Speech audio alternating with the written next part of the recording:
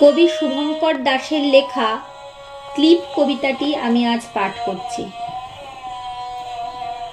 আমি ছাদের উপর টানানো তারে আঁকড়ে ধরে থাকা সেই ক্লিপটা, রোদে বৃষ্টিতে পুড়ে পুড়ে যার রং আজ পাল্টে গেছে।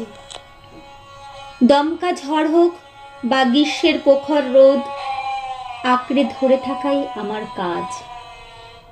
নামি দামি কাপড়গুলোকে আঁকড়ে ধরে রাখা, তারা যেন উদাসী হাওয়ায় গা ভাসিয়ে উড়ে না যায়। আমার মূল্য খুব সামান্য, তবু আমার উপরেই ভরসা করে টানিয়ে রাখা হয় নামি দামি জামা কাপড়গুলোকে। এভাবে আগলে রাখতে রাখতে রোদে পুড়ে জলে ভিজে আমি ক্লান্ত হয়ে গেছি।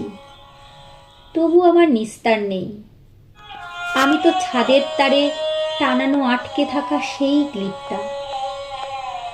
একদিন নীরবে জরাজীর্ণ শরীর নিয়ে ভেঙে টুকরো টুকরো হয়ে যায়।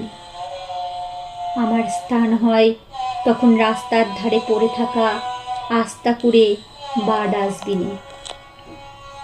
আমার জায়গায় চলে আসে নানান রঙের নতুন আর একটা ক্লিপ। আমি তখন প্রাক্তন, সব স্মৃতির বাইরে। আমার ভালোবাসা, আমার একনিষ্ঠতা সব সময়ের আয়নায় ধূসর হয়ে যায়। হ্যাঁ, আমি সেই তারে টানানো ক্লিপ।